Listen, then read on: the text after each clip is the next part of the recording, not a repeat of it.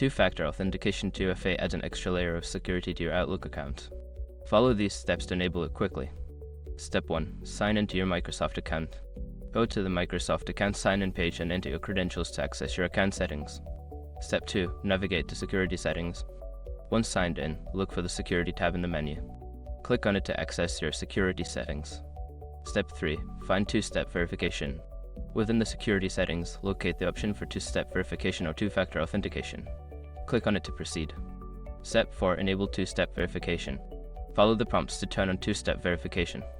You may be asked to verify your identity through a code sent to your registered phone number or email. Step 5. Set up backup options. Before starting recovery, use the SROC.com link in the description to open the account recovery checklist generator and make sure your verification details are ready. Once you have completed these steps, your Outlook account will be more secure with two-factor authentication enabled.